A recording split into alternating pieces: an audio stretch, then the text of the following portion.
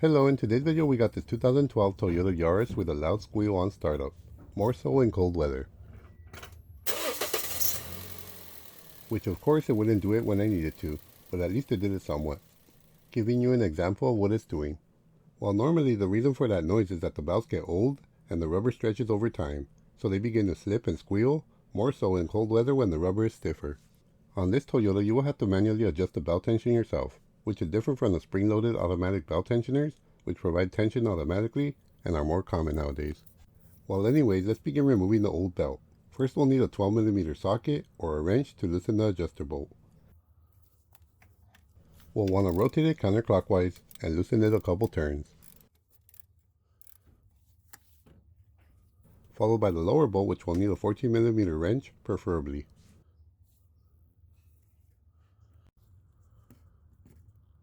When you loosen this lower bolt, it allows the alternator to move back and forth in the adjustment. We'll want to loosen this one a couple turns counterclockwise as well.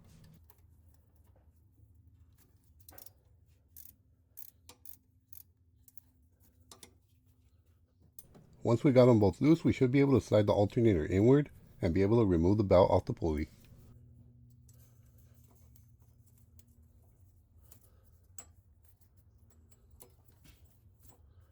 Now remove the belt off the remaining pulleys and the belt should come off completely.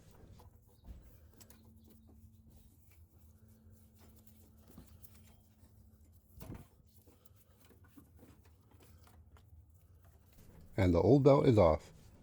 We can now install our new belt, which I started off with this Gates brand one, but in a while you'll notice it ended up being too long. Even though this is the one that it calls for based on the date of manufacture. Well anyways, I showed these next steps using this belt. I didn't want to re-record for the other belt. I'm removing the splash shield just to give you guys a better look at what I'm doing, but it's not necessary. I've done it without having to remove this. It does have two bolts that I use a 10mm socket to remove.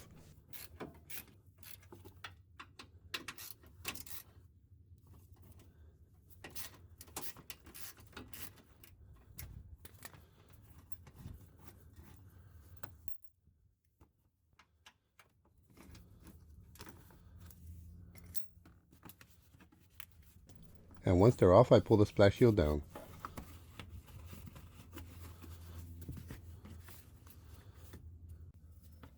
Anyways, we start by getting the belt around what looks like a water pump pulley first.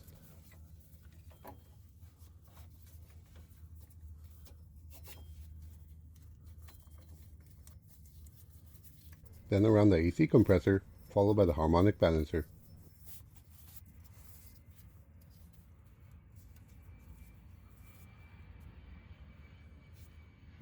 And then finally around the alternator pulley.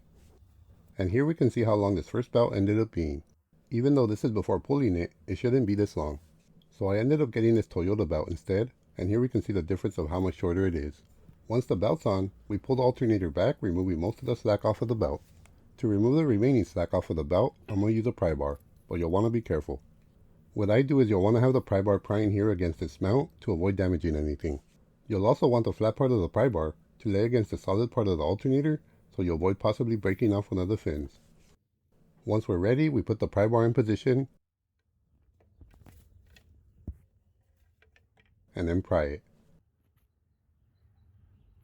Once you feel it tight enough, we tighten the adjuster bolt using a 12mm wrench or a ratchet.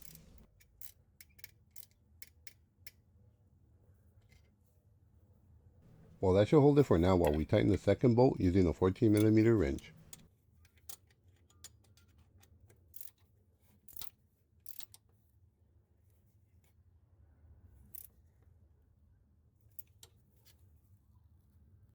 Now we do a slack test on the belt. Reaching down, we want to rotate the belt to see if it has slack.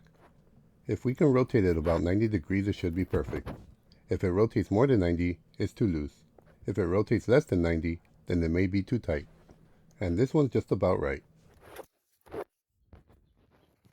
And now all that's left is starting the car.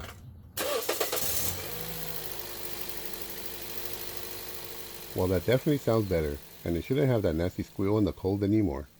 Well, that just about does it for this video. I hope you found it helpful and informative. If so, please click that thumbs up button to support my video and my channel. And please subscribe if you haven't done so.